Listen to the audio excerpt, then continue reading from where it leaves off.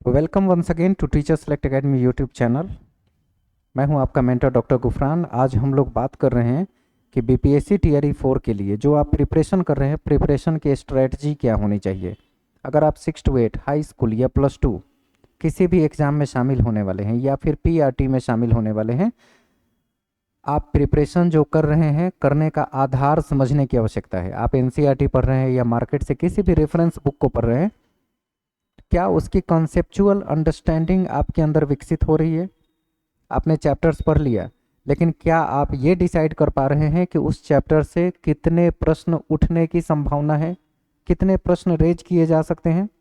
नहीं, बस एक होता है ना, अनडायरेक्शनल चीज़ों को पढ़ना, बहुत सारा कंटेंट दिमाग में इकट्ठा कर लेना और क्वेश्चन देखने के बाद इतना घबरा जाना, आंसर सही नहीं कर पाना, नॉलेज को सही तरीके से प्रयोग न कर पाना, इसका प्रमुख रीज़न है कि आपकी कॉन्सेप्चुअल अंडरस्टैंडिंग डेवलप नहीं हो पा रही है। अगर हम एनसीईआरटी पढ़ने पढ़ाने की बात करते हैं, वैसे भी पटना में बहुत रेयर ही है कि कोई एनसीईआरटी की बात करे, टीचर सेलेक्ट एकेडमी को छोड़कर। हम लोग पिछले 10 साल से एक ही चीज़ को फोकस कर रहे हैं, फॉलो कर रहे हैं, वो है एनसीईआरटी। चाहे वो सीटेट की एग्जामिनेशन हो, बीपीएससी टीआरई हो, स्टेट की परीक्षाएं हो, एनसीईआरटी फोकस की जा रही है।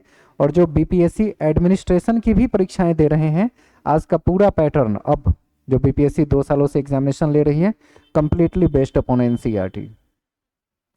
तो आज हम लोग बात करेंगे कि एनसीईआरटी जो हम लोग पढ़ते हैं उसे प्रश्न किस तरह बनाए जा सकते हैं, क्या आपकी वो टेक्निक और स्ट्रेटजी है या नहीं है। क्लास 6 to 12 तक एनसीईआरटी का कोई भी विषय हो, उसके प्रश्न बनाकर आपके साथ डिस्कस करेंगे। चैप्टर को पहले पढ़ेंगे, पढ़ाएंगे। हालांकि चैप्टर आपने भी पढ़ा होगा, आज पहला दिन है तो हम इस डेमो क्लास में जनरल बातें नहीं करेंगे, लेकिन एक चैप्टर को पढ़ने के बाद किस तरह के प्रश्न उम्मीद करते हैं कि वहां से जनरेट हो सके, चैप्टर वाइज बिल्कुल बात करेंगे। अब चैप्टर वाइज सबसे सटीक प्रश्नों का निर्माण आप यहां से देख सकते हैं। एनसीईआरटी इतिहास क्लास 6, क्या, कब, कहां और कैसे, ये चैप्टर का नाम है।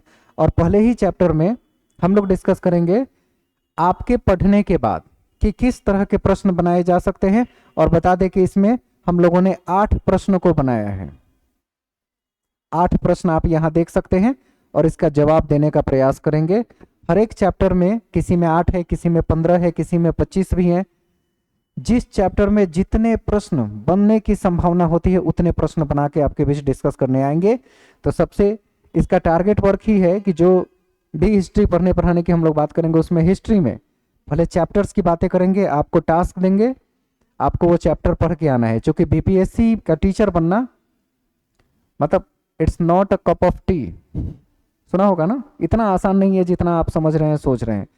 तो इसमें आपको भी उतना ही मेहनत करना है जितना मुझे एक शिक्षक होने के नाते मेहनत करनी है। हम आपसे मेहनत कराएंगे तभी आप में सफल होने की गुंजाइश बढ़ेगी, मुमकिन हो पाएगा कि आप इस प्रयास में सफल हो सके।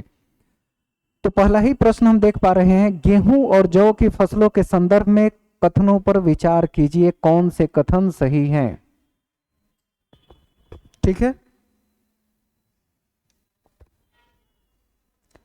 इसके लिए कौन से कथन सही हैं, चलिए बात करते हैं।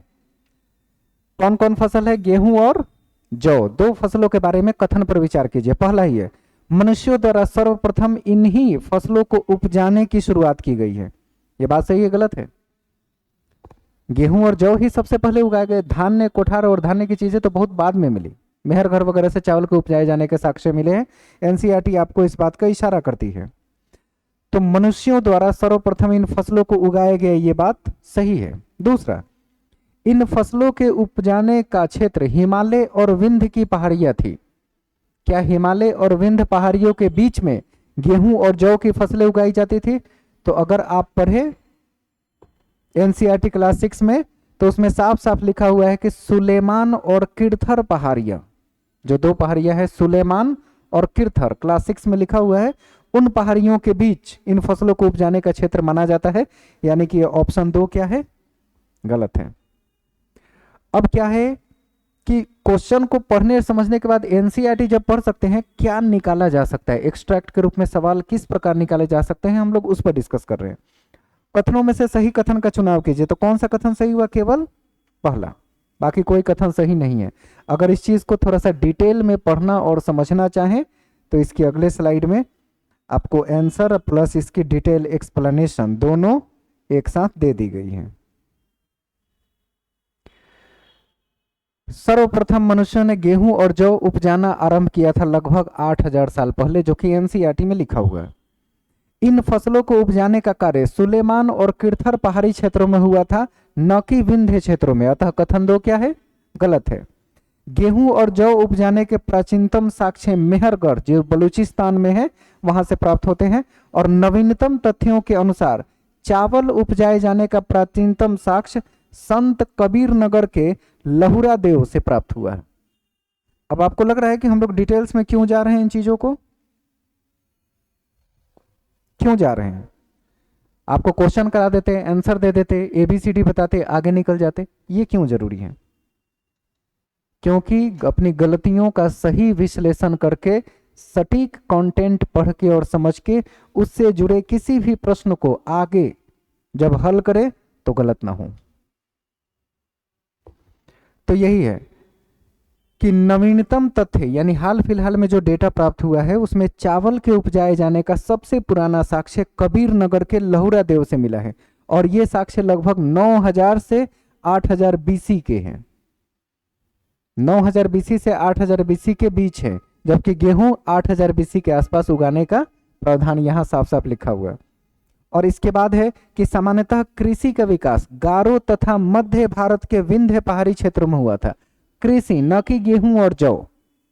शब्द समझ में आए कि कृषि का विकास अगर पूछा जाए हमारे यहाँ, तो जो गारो खासी जयंतिया पहाड़ी का नाम है, उनमें गारो और मध्य भारत के विंध्य पहाड़ी जो हैं, विंध्य पहाड़ी, उनके बीच के क्षेत्र में कृषि का विकास यहां माना जाता है।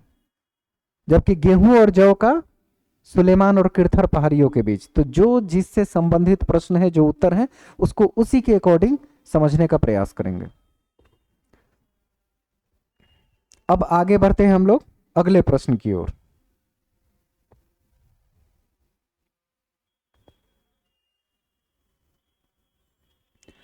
दूसरा सवाल है कि भारतीय उपमहाद्वीप के संदर्भ में कौन सा कथन सही है?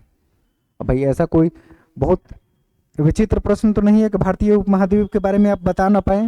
प्रश्न को ध्यान से पढ़िए और जवाब देने का प्रयास कीजिए। उपमहाद्वीप के बारे में कौन से कथन सही है? प्रश्न पहले आप ध्यान से देख लीजिए, तब हम डिस्कस करेंगे। आरंभिक नगरों का विकास सिंधु और इसकी सहायक नदियों के किनारे हुआ था। और दूसरा, गंगा और इसकी सहायक नदियों के किनारे नगरों का विकास लगभग 5000 वर्ष पूर्व हुआ था। उपयुक्त में से कौन कौन से सही और गलत हैं? उपयुक्त में से कौन से प्रश्न सही, कौन से गलत हैं?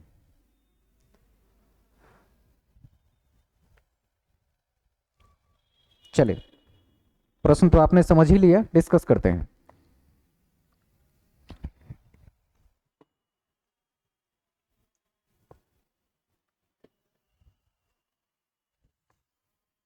सवाल फिर से देखें, भारतीय उपमहाद्वीप के बारे में कौन सा कथन सही है? यही अपना प्रश्न है। पहला ही ऑप्शन दिख रहा है कि आरंभिक नगरों का विकास सिंधु और इसकी सहायक नदियों के किनारे हुआ, और इसी सिंधु से हिंडस शब्द का जन्म हुआ, और हिंडस की वजह से हिंदू समाज या प्रजाति का विकास माना जाता है। ये इससे कनेक्ट हो गया। तो सिंधु और इसकी सहायक नदियों के किनारे आरंभिक नगरों का विकास हुआ, ये बात सही है। और दूसरा, गंगा और इसकी सहायक नदियों के किनारे नगरों का विकास हुआ, वो भी लगभग 5000 वर्ष पहले। ये लाइन पूरी तरह गलत है। तो यहां भी केवल पहला ऑप्शन आपका सही होगा और दूसरा गलत। और दूसरा गलत क्यों है, उसके पीछे क्या रीजन है, इसको आगे समझने का प्रयास करते हैं। यहां दोनों चीजों को समझिए। आपने आंसर कर लिया, देख लिया। कथन एक सही है, वहां 5000 लिखा था। लगभग 4700 साल पहले सिंधु और उसकी सहायक नदियों के किनारे आरंभिक नगरों का विकास हुआ। इन्हीं नगरों में विकसित सभ्यता सिंधु घाटी सभ्यता जानी जाती है, जो सिंधु नदी के किनारे विकसित हुई आज से 4700 साल पहले, जो कि लगभग 5000 लिखा जा सकता है। या तो 4700 साल पहले इसके विकास की बात हम कर लिए। गंगा और इसकी सहायक नदियों के किनारे नगरों का विकास हुआ, और वो भी लगभग 2500 साल पहले, जबकि ऑप्शन में क्या लिखा हुआ था? 5000 साल पहले लिखा हुआ था, 5000 वर्ष पहले, इसीलिए ये गलत हुआ। जबकि गंगा और उसकी सहायक नदियों के बीच इसका विकास 2500 वर्ष पूर्व यानी बीसी में हुआ। यानी सिंधु नदी के किनारे सभ्यताएं पहले विकसित हुई और गंगा के बाद में। तो 4700 में अगर सिंधु है तो गंगा 5000, तो गंगा तो और पुराना हो गया, जबकि ऐसा होना नहीं चाहिए। सिंधु घाटी सभ्यता सबसे पुरानी सभ्यताओं में है और वहीं पे नगरों का विकास पहले माना जाता है, जो 4700 बीसी में हुआ था। और गंगा के किनारे तो मात्र 2500 बीसी, ठीक उसके आधे कर लीजिए, 5000 का आधा 2500 बीसी में इसका आविष्कार माना जाता है। तो कथन 2 पूरी तरह गलत हो गया, कथन 1 केवल सही हुआ। रीजन के साथ समझिए, एनालिसिस कीजिए और एनसीईआरटी चैप्टर पढ़ने के बाद वापस इन प्रश्नों को हल करने का प्रयास कीजिएगा। आपको खुद समझ में आ जाएगा कि हम लोग डिफरेंट क्यों हैं। अगला है प्रश्न, गंगा नदी के दक्षिण में इसकी सहायक नदी सोन के आसपास का क्षेत्र प्राचीन काल में किस नाम से जाना जाता है? इतना जो सीधा सा प्रश्न दिख रहा है, इतना सीधा तो जनरली होता नहीं है। गंगा नदी के दक्षिण में जो इसकी सहायक नदी है सोन, जहां सोनपुर का मेला लगता है, जो बिहार में है वो अच्छे से परिचित होंगे। तो सोन के आसपास का क्षेत्र प्राचीन काल में किस नाम से जाना जाता था? अवंती, वज्जी, काशी या मगध? सोच के बताइए। प्रश्न देखिए आराम से, 10 सेकंड का समय लेना चाहिए और तब उत्तर बताने की बात करेंगे हम लोग।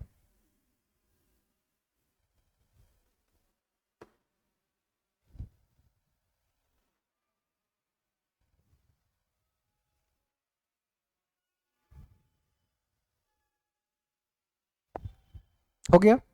क्या जवाब है आपका? क्या लग रहा है?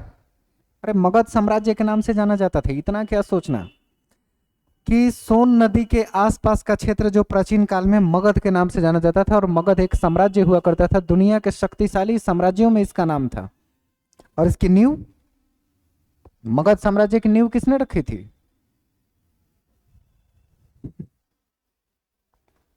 चलिए, नहीं भी उत्तर दे पाए तो समझने की जरूरत है। सोन नदी के आसपास का क्षेत्र प्राचीन काल में मगध कहलाता था और मगध प्राचीन काल का पहला बड़ा राज्य था। इसके शासक बहुत शक्तिशाली थे, उन्होंने एक विशाल राज्य की स्थापना की थी और उसे मगध साम्राज्य के नाम से जाना गया। अनेकों राजा हुए मगध में, एक से एक बढ़ के।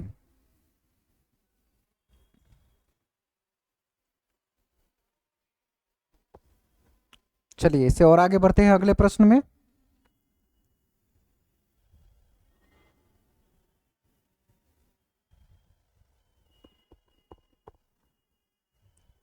सवाल है कि भारत देश के नाम के संदर्भ में कौन कौन से कथन सही है? इस देश का जो नाम पड़ा उसके लिए कौन कौन से कथन आपको सही नजर आ रहे हैं भारत देश के नाम पे? चलिए प्रश्न आपको स्पष्ट दिखना चाहिए। लगभग 2500 बीसी उत्तर पश्चिम की ओर से आने वाले ईरानियों और यूनानियों ने सिंधु को हिंदोस अथवा इंदोस कहा और इस नदी के पूरब में स्थित भूमि प्रदेश को इंडिया कहा जाने लगा। क्या यह बात सही है? क्या उसे इंडिया कहा गया? भाई बात तो सही लग रहा है। दूसरा, भारत नाम का प्रयोग उत्तर पश्चिम में रहने वाले लोगों के एक समूह के लिए किया जाता है। इस समूह का उल्लेख संस्कृत भाषा के आरंभिक कृति ऋग्वेद में भी मिलता है। भरत नाम भारत के नाम पर भरत के नाम से पड़ा और ऋग्वेद में इसकी चर्चा मिलती है, ये बात भी सही है। तो भारत के नाम के संदर्भ में ये दोनों कथन आपके सही हो जाएंगे। तो आपका उत्तर होगा यहाँ तीसरा, 1 और 2 दोनों सही है, करेक्ट है। अब इसको थोड़ा सा डिटेल्स में पढ़ना और समझना चाहें तो आप ऐसे पढ़ समझ सकते हैं। दोनों कथन सही है और उत्तर पश्चिम की ओर से आने वाले यूनानियों ने, ईरानी और यूनानी लोगों ने सिंधु को हिंडोस कहा। उनको स का उच्चारण नहीं आता तो स को ह पढ़ते हैं, तो सिंधु को हिंदू कहा, यही समस्या थी।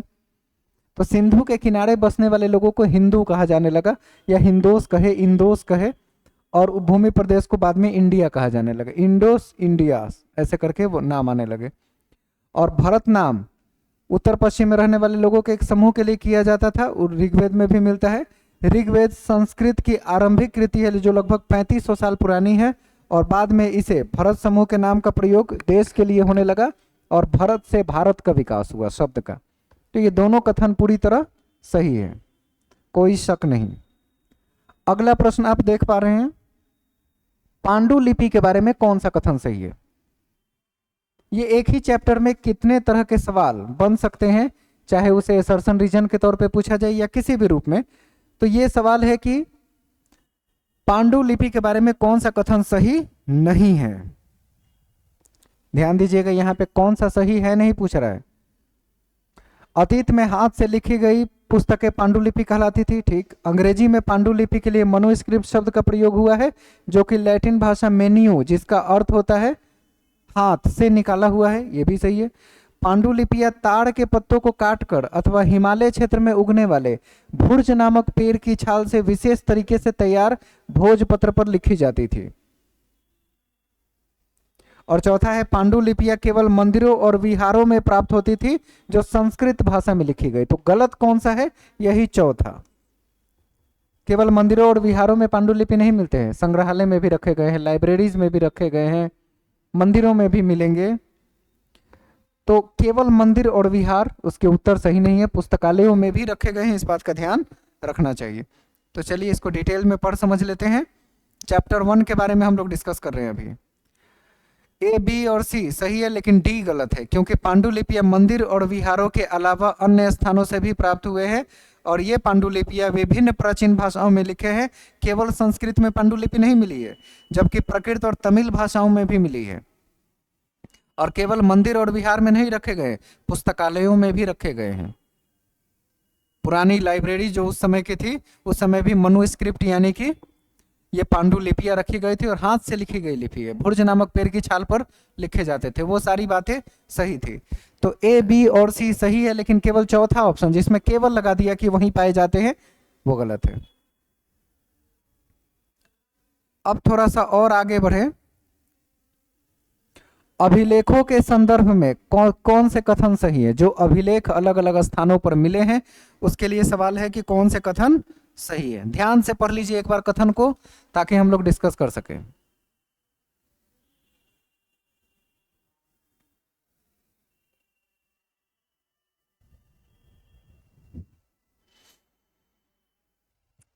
ऐसे लेख जो केवल पत्थरों पर लिखे जाते थे, अभिलेख केवल पत्थर पर लिखे गए थे।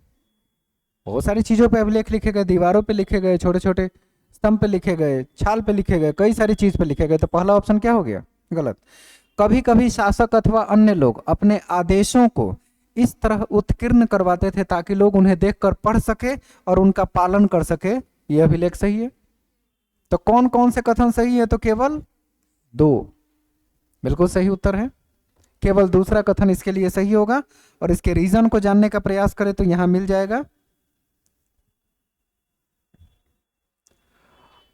ऐसे लेख जो पत्थर अथवा धातु जैसी अपेक्षाकृत कठोर चीजों पर उत्कीर्णित किए जाते थे, वो अभिलेख कहलाते थे। पत्थर के अलावा धातुओं पर भी या मेटल प्लेट पर बनाकर इन सब चीजों पर उत्कीर्णित किए जाते थे। राजा और रानी अपने आदेश या कार्य विवरण, विषय इत्यादि वो सब उसमें लिखवाते थे। तो केवल पत्थर नहीं है, केवल पत्थर पे नहीं लिखे जाते, बल्कि मजबूत किसी धातु वाली चीजों पर भी लिखने का प्रावधान रखा गया था। तो इस तरह से आपने उत्तर को देखा और समझा। अगले प्रश्न को देखा जाए। अशोक का कांधार से प्राप्त अभिलेखों को किन लिपियों में लिखा गया।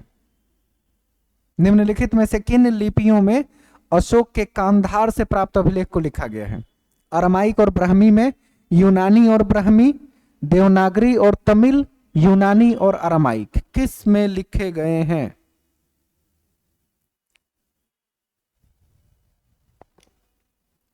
अशोक द्वारा, देखिए सारे नाम इतने ज्यादा सटीक और सही है कि आपको लगेगा सब सही है। कांधार से जो प्राप्त हुआ, यो यूनानी और अरामाइक, इन 2 लिपियों में देखने को मिलता है। यूनानी और अरामाइक।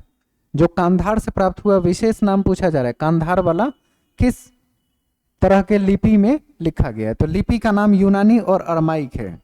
ब्राह्मी भी लिपि है, अरामाइक लिपि है, यूनानी भी लिपि है, लेकिन मिश्रण जो बनाया गया है ऑप्शन का वो सटीक नहीं है। यूनानी और अरामाइक, ये कांधार से प्राप्त अभिलेख जो अशोक के थे, इस लिपि में लिखा गया।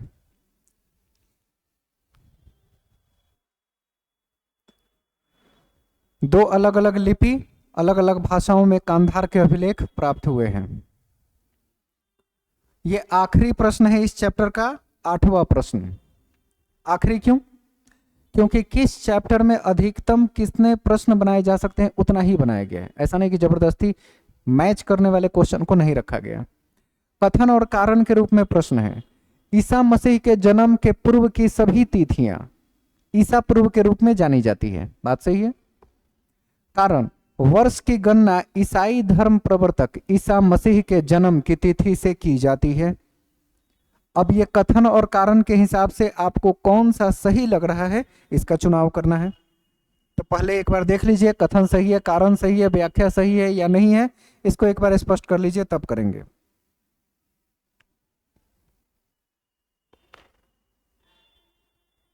ईसाई मसीह के जन्म के मानी जाती है, तभी तो इसे ईसा पूर्व कहा जाता है। मतलब कि कथन भी यहां सही है और कारण भी सही है। तो जब कथन और कारण दोनों सही हो जाए तो आपका जवाब क्या होगा? कथन और कारण दोनों सही हुआ तो पहला कि ए और आर दोनों सही है और आर ए की सही व्याख्या या स्पष्टीकरण करता है। हो गया सेट। रीजन समझ लीजिए ताकि आप इन सब के गणना में दिक्कत ना हो आपको। इसको समझिए, ईसा मसीह के जन्म की तिथि से वर्ष की गणना की जाती है, इसलिए उसको ईसा पूर्व कहा जाता है। ठीक है। ईसा पूर्व को अंग्रेजी में बिफोर क्राइस्ट यानी ईसा के जन्म के पहले बीसी कहते हैं। हिंदी में वर्तमान में तिथि जो अभी प्रयोग हो रहा है उसको ईसवी कहते हैं, वर्तमान को, जिसे अंग्रेजी में एडी यानी एनो डोमिनी कहा जाता है। वर्तमान की तिथि को जो अभी चल रहा है, जीरो के बाद का काल, और जीरो से पहले के काल को बीसी कहा जाता था। और जीरो क्या है? ईसा के जन्म को जीरो यानी वहीं से माना जाता है। तो ईसा के जन्म के बाद सब एडी, ईसा के जन्म के पहले सब बीसी। अब एक और शब्द है इसमें, बीसीई का क्या अर्थ है? तो बिफोर कॉमन एरा। सिर्फ बी और सी लिखा रहे तो बिफोर क्राइस्ट होता है, ईसा के जन्म के पहले, लेकिन बीसीई लिखा रहे तो बिफोर कॉमन एरा, तथा सीई का अर्थ होता है कॉमन एरा। ये शब्द भी प्रयोग करते हैं। बीपी का प्रयोग बिफोर प्रेजेंट के लिए किया जाता है।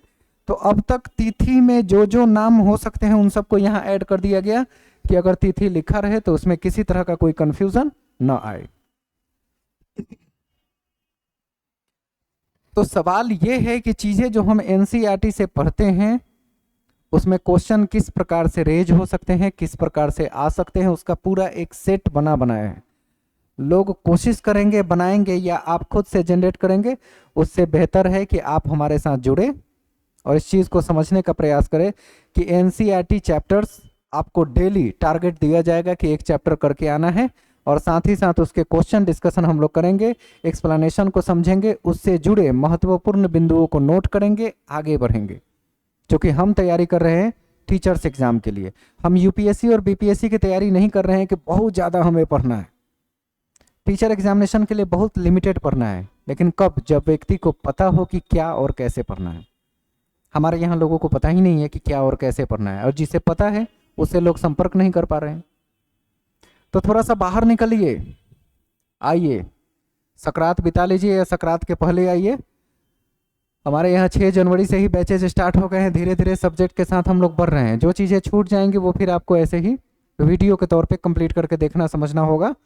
तो एक तरह से ये चैप्टर के नाम से चल रहा है, बीच में से कहीं नहीं तो सोचिए क्लासेस शुरू हो गई, और इस सटीक कंटेंट के साथ पूरे क्लास 6 to 12 सभी विषय, चाहे वो साइंस हो चाहे सोशल हो, history, geography, polity, economics, art and culture, सारी चीज़ रेडी है। पूरी तरह से इसी फॉर्म में पढ़ने को दिया जाएगा, डिस्कस किया जाएगा, फिर पढ़ाई होगी, फिर डिस्कशन होगा।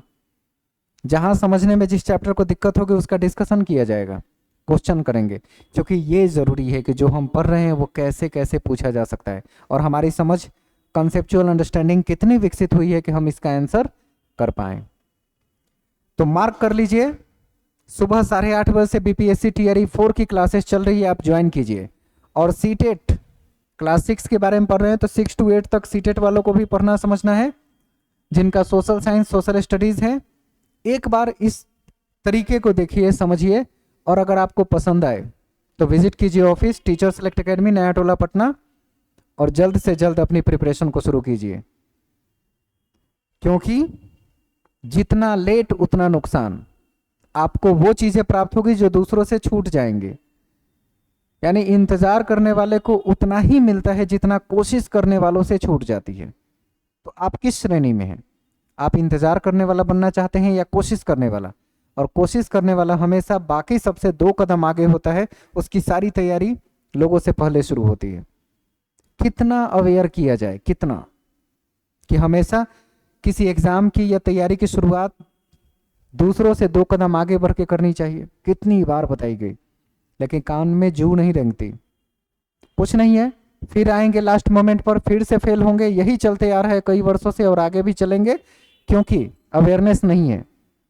हमारे यहाँ एडमिट कार्ड लेके लोग एग्जाम की तैयारी कराने देते हैं, आ गया है 15 दिन समय है, कुछ हो पाएगा? घर पे रहना, अगर ऐसे आना हो तो तैयारी करना है देन बिफोर, अभी से आना है तो तैयारी आके करें। मिलते हैं आपसे नेक्स्ट क्लास में फिर।